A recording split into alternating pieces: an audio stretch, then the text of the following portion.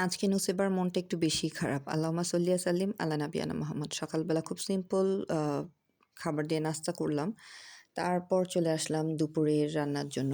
আসলে যখন আমার বাচ্চাদের পরীক্ষা চলছিল, ঠিক মাঝামাঝি সময়ে দেখলাম একদিন হঠাৎ করে ২ বোনই ব্যাগ গুছাচ্ছে। তো আমি যখন বললাম, "এগুলো কিসের ব্যাগ? কী কারণ? কী উদ্দেশ্য?" তখন ওরা বলল যে, "আম্মু, পরীক্ষার পর বেড়াতে যাব না বিক্রমপুর, তাই আগে একটু গুছিয়ে রাখি। কারণ এবার তো একটু কাপড়ের ঝামেলা বেশি হবে, শীতের কাপড় নিতে হবে। আবার একটু ব্যাডমিন্টন-ট্যাডমিন্টন খেলবো, ওগুলোরও নেয়ার ঝামেলা আছে। তো ভাবলাম একটু ফাঁকে গুছিয়ে রাখি।" তো তখন আর আমি কিছু বলিনি।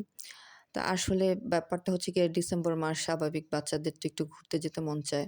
কিন্তু আমার দেখা গেছে যে যেহেতু ঠান্ডার প্রবলেম, আবার ওমরেরও ছোট, ওরও জ্বর ঠান্ডা লাগছে। তো এখন এজন্য আমি গতকাল রাত্রে ওদের জানিয়ে দিয়েছি যে, "না বাবা, আমরা বিক্রমপুর যাচ্ছি না, ক্যানসেল।" তো এটা শুনে নুসেবার মনটা একটু বেশি খারাপ হয়ে গেছে। স্বাভাবিক ডিসেম্বর মাস পরীক্ষা দিছে। এখন তো একটু মন চাইবে ঘোরাফেরা করি। আর ইয়াসপি তো বড় হয়েছে, মন খারাপ হলেও খুব একটা প্রকাশ করে না। আসলে ব্যাপারটা হয়ে গেছে কি, আগের দিনে তো দেখা গেছে ডিসেম্বর মাস আসলে সবাই আত্মীয়স্বজনের বাড়িতে বেড়াতে যেত। ওখানেই দেখা যেত আ খাওয়া-দাওয়া ওনারাই যা রান্না করত সেটাই খেত। ১ সপ্তাহ বা ২, ৪, ৫ দিন যাই বেড়ানো হতো, গুছানোই থাকতো। আর আমার বেড়াতে গেলে দেখা যায় কি, আমার বাসা থেকে আমার বাসায় বেড়াতে যেতে হয় আলহামদুলিল্লাহ। তো এজন্য দেখা যায় ধকলটা পড়ে যায়, একদম গুছগাছের একটা ঝামেলা থাকে। তারপর রান্না-টান্না সবকিছু ঝামেলা মিলে আর শীতের দিন আমি কুলাতে পারি না।